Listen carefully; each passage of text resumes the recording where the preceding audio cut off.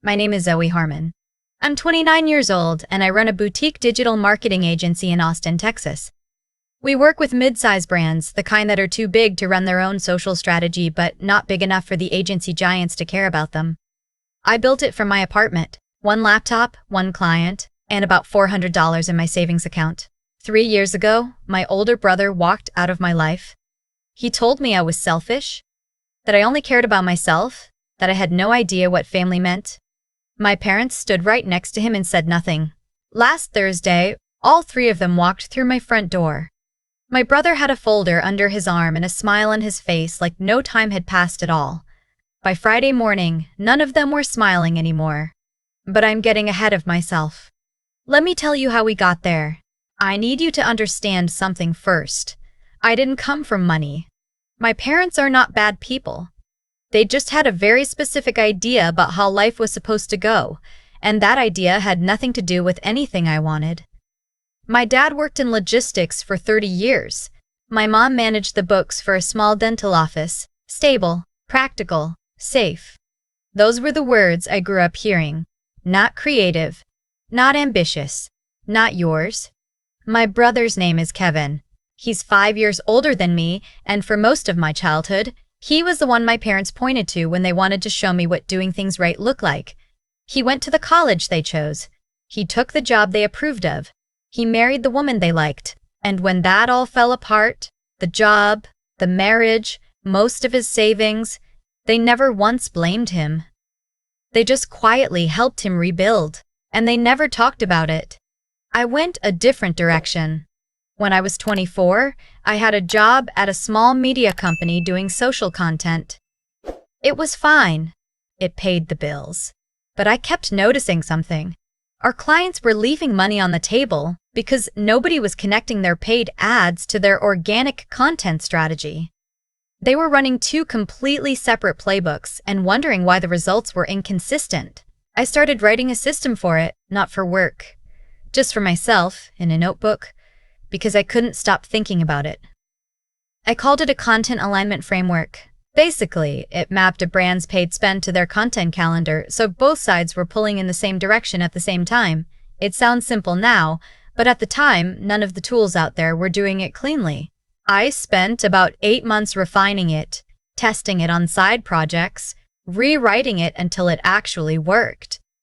Kevin had just lost his second job in 3 years.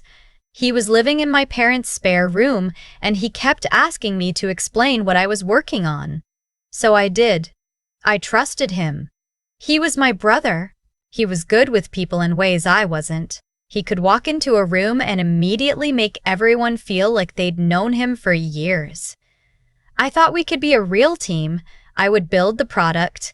He would build the relationships. We shook hands on it at my parents' kitchen table, and my mom made coffee, and everyone seemed genuinely happy for the first time in a long time. For about 6 months, things moved. Kevin was making calls, setting up meetings, introducing me to people. I was doing the actual work, refining the framework, building the client-facing materials, writing the proposals. Slowly, we started landing small clients, a local fitness brand, a restaurant group, a boutique hotel. Nothing huge, but real. Then the language started shifting. It was subtle at first. Kevin would be on a call with a prospect and I'd hear him say, "the system I developed," instead of "the system we developed." I told myself it was just shorthand, just him being in sales mode. I let it go. Then I showed up early to a meeting with a venture advisor Kevin had connected us with. Kevin was already there. I was standing in the hallway outside the conference room, about to knock, and I heard him say, clearly, with complete confidence, "I built this methodology over the last 2 years. My sister helps with execution, but the intellectual framework is mine." I stood there for a long moment with my hand raised to knock on a door I suddenly didn't want to open. I went in anyway. I sat through the meeting. I smiled. And on the drive home, I couldn't speak. That night, I confronted him. I kept my voice even. I asked him why he had told the advisor that the framework was his. He shrugged. Literally shrugged, like I had asked him why he'd eaten the last piece of pizza. "It's a better pitch," he said. Investors want a founder, not a committee. I'm not saying you don't contribute, you do. But someone has to be the face. I said, the face is one thing. Lying about who built it is something different. He looked annoyed. I'm not lying. I'm positioning. I went to my parents. I genuinely thought that they would hear me, that they would tell him that was wrong. My dad listened with his arms crossed. My mom kept glancing at Kevin. When I finished, my dad said, Zoe, your brother is trying to make something of himself.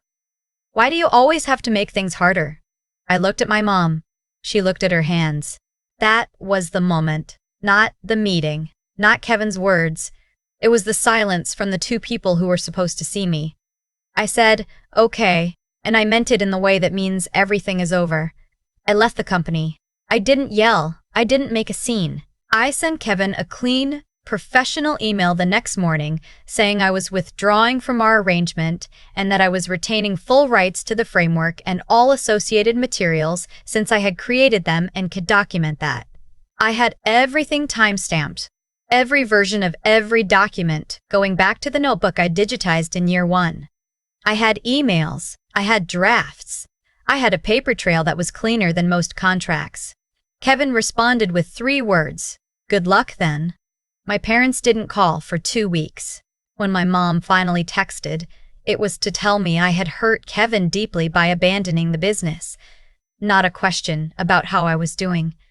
Not an acknowledgement of what I told them. Just that. I didn't respond. For 3 years, I built my life without them in it. I won't pretend that was easy.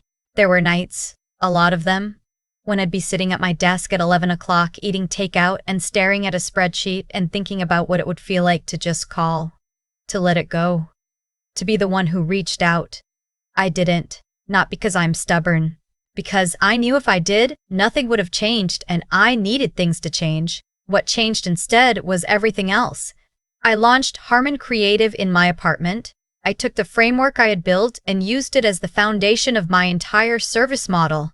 First client was a sustainable skincare brand out of Denver. They'd been burning through ad budget with nothing to show for it. 6 months after we started working together, their cost per acquisition dropped by 38%. They referred 2 other clients. Those 2 referred 3 more.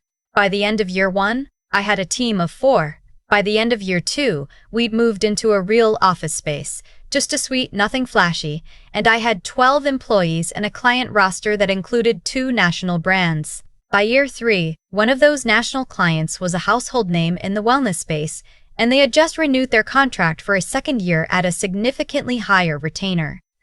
I was proud, genuinely, quietly proud, not because I had won something, just because the thing I had built was real and it was mine. Last Thursday started like any other day. I was in a meeting with my creative director when my office manager, Priya, knocked twice and opened the door with the specific expression she uses when something is wrong, but she's not sure how wrong. There are 3 people in the reception area, she said carefully. They say they're your family. I asked her to put them in the small conference room. Then I sat in my chair for about 90 seconds without moving. When I walked in, my mom, my dad, and Kevin were seated around the table. Kevin had a leather folder in front of him. My dad was looking around the room the way he always does when he's trying to seem calm, studying the furniture, the windows, like he's assessing the square footage. "Nice office," my dad said when he saw me. "You've done well for yourself." My mom smiled. The same smile she used when I was a kid and she wanted something from me. "It's good to see you, Zoe." Kevin leaned back in his chair. "Bigger than I pictured," he said. I couldn't tell if it was a compliment or not. I don't think he knew either. I stayed near the door. "Why are you here?" My dad did the hand wave, the one that means, let's not be dramatic. "We came a long way. At least sit down." I didn't sit. "What do you want?" My mom sighed. "Is that really how this starts? After everything?" I looked at her steadily. After 3 years of silence, yes, that's exactly how this starts. Kevin opened the folder. He slid a set of papers across the table with one hand, smooth and practiced, like he'd rehearsed the gesture. I looked at the cover page. It was a merger proposal. His company. I hadn't even known he had a company, combined with mine. Resources pooled. Strategy unified. Mutual benefit. The equity split on page 2 said 50-50. I laughed. I actually laughed, and I think it surprised all three of them. You want half my company, I said. It's not about wanting, Kevin said. It's about the logical next step. My firm has been building in the same space. If we combine, we become a real player. Your infrastructure, my network. Your network, I repeated. I know people, Zoe. I always have. That's always been my value. Your value? I said slowly, is not something I owe you a stake in my company for. My mom leaned forward. Her voice went quiet in that particular way that used to make me feel small when I was 12. You're going to sign those papers, she said. I looked at her. What? You heard me. She folded her hands on the table. Your brother needs this. His investors are watching. If your company is connected to his, it stabilizes his funding. You do this and everyone benefits. My dad nodded. It makes sense, Zoe, from a business standpoint. I picked up the papers. Read page 2 again. You want me to sign over half of a company I built entirely on my own to help stabilize his funding. Kevin shrugged slightly. You wouldn't be where you are without the early connections I made. Something cold moved through my chest. 3 years. They had been silent for 3 years, and he was sitting in my conference room claiming credit for my company's existence. I set the papers down carefully. My mom's voice dropped another register. If you refuse, she said, I'll reach out to your biggest client directly. I know who they are. I know what to say to raise enough questions about your reliability that they start looking at other agencies. The room was very quiet. She wasn't wrong that it could do damage, not end us. We had too strong a track record for that. But a phone call to the right person at the wrong moment could create complications I didn't need. I looked at the three of them. My dad, watching me with careful eyes. My mom, absolutely certain she had cornered me. Kevin, already settling into the chair like he was measuring it for his nameplate. And I smiled. All right, I said. My mom blinked. Let's do this properly, I said. A decision this significant shouldn't happen in a private room. I want my senior team present, my investors, our legal advisor. We do this in a full meeting, transparently, and we make it official. Kevin looked at my dad, then back at me. When? Tonight, I said. We're having a company meeting tonight at 7. You'll present the partnership to everyone at once. That way, it's clean. My mom looked relieved. That's very reasonable, Zoe. Kevin nodded like he was already planning his remarks. See, he said to my parents, she's practical. I walked them to the elevator. Before the doors closed, Kevin looked at me with that same, settled confidence he'd had his whole life. Family always finds a way, he said. I smiled and said, see you tonight. The doors closed. I went back to my office, sat down, and made 3 phone calls, one to my lawyer, one to the audit firm we used for our annual review, one to the advisor on our board. Because here's the thing about preparation. I had not spent 3 years building this company to be caught off guard by the people who had already underestimated me once. That evening, every seat in our main conference room was filled. 8 of my senior staff, 2 board advisors, my lawyer, 2 partners from the audit firm, and in the back, my assistant had quietly set up a screen that most people in the room hadn't noticed yet. My parents arrived at 6:55. My mom was dressed up. My dad was carrying the folder like it was a gift. Kevin walked in shaking hands with people he'd never met, laughing, working the room with that ease he'd always had. I watched him from the doorway for a moment. When I took my seat at the head of the table, the room settled. Thank you all for being here, I said. We have a significant decision in front of us tonight, and I want everyone in this room to have the full picture before we move forward. My dad immediately said, exactly right. This partnership is an important moment for both companies. Kevin opened his folder and began to speak.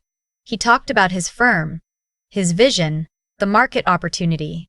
He was good. I'll give him that. He knew how to present. He talked about synergies. He used the word legacy twice. When he finished, he pushed the papers toward the center of the table. It's straightforward, he said. 50% equity in Harmon Creative in exchange for our firm's network, capital, and combined brand positioning.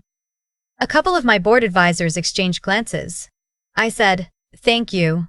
Before anyone touches those papers, I'd like us to look at a few things together." I nodded toward the screen. The audit firm partners had prepared a clean, thorough presentation. It began with Kevin's company, registered 8 months ago, 2 clients on record, both of which had since terminated contracts. Current revenue, negligible. Outstanding debts to 2 vendors. 1 filed dispute with a former business partner.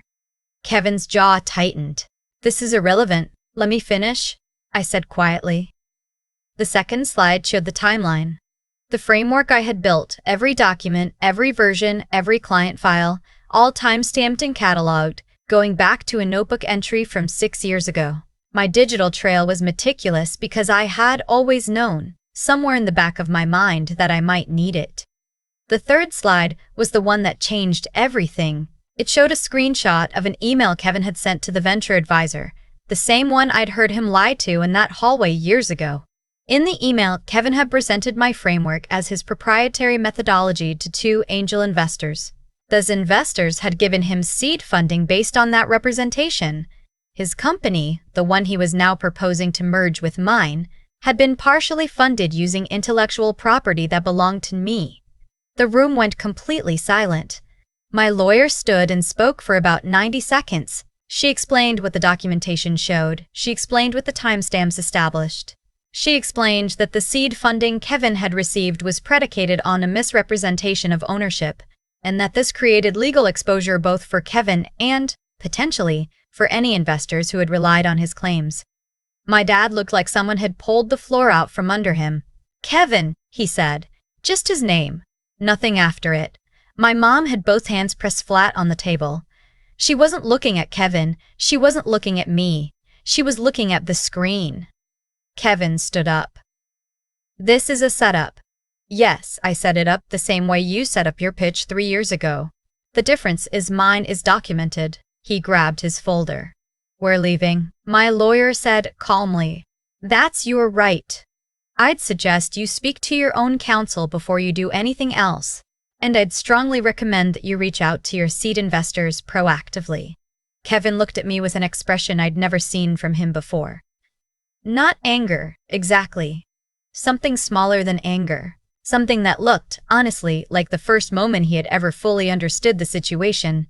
My dad reached out and put a hand on my mom's arm. She finally looked at me. "Zoe," she said. Her voice had lost all its certainty. "I know," I said. They left without signing anything. Kevin didn't say another word. After everyone else had filtered out, I sat in the empty conference room for a while with a cup of coffee. Priya came in to check on me. I told her I was fine and I meant it. I didn't feel triumphant, exactly. That's what people expect when they ask me to tell this story.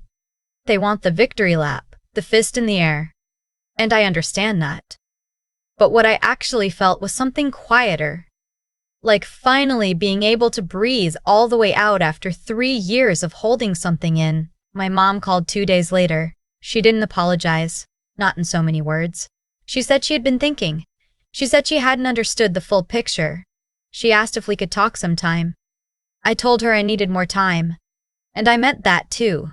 Kevin called his seed investors the next morning, according to my lawyer. The conversation apparently did not go well for him. As for my company, we're fine. We're better than fine. The client my mom had threatened to call actually sent me a handwritten note last week about the work we've done together. It sits on my desk now. There's a thing I used to tell junior employees when they were frustrated about not getting credit for their ideas. I don't know where I heard it or if I made it up, but it goes like this. Build the receipts before you need them because you will need them. I built mine for 6 years. Nobody could take them from me when it mattered, and nobody will. I've thought a lot about what made that Thursday night possible. Not the meeting itself, the preparation. Not the smile, the 6 years of work that made the smile honest. People talk about revenge like it's something you plan. Like you sit down one day and decide to get even. That's not what happened. What happened was simpler and honestly harder. I just kept doing the work. I kept building. I kept documenting, not because I knew Kevin would walk through my door someday with a folder and a claim on something that wasn't his. but because good work deserves to be protected, and I had learned, the hard way, in that hallway, listening through a door I hadn't opened yet, that protection starts with you. Kevin didn't lose because I outsmarted him in that conference room. He lost because he had spent years building on something that wasn't real. Every shortcut he took, every investor he misled, every email where he claimed credit for a framework I had built line by line in my apartment, all of it was a structure with no foundation. It was only a matter of time before someone pulled at a thread.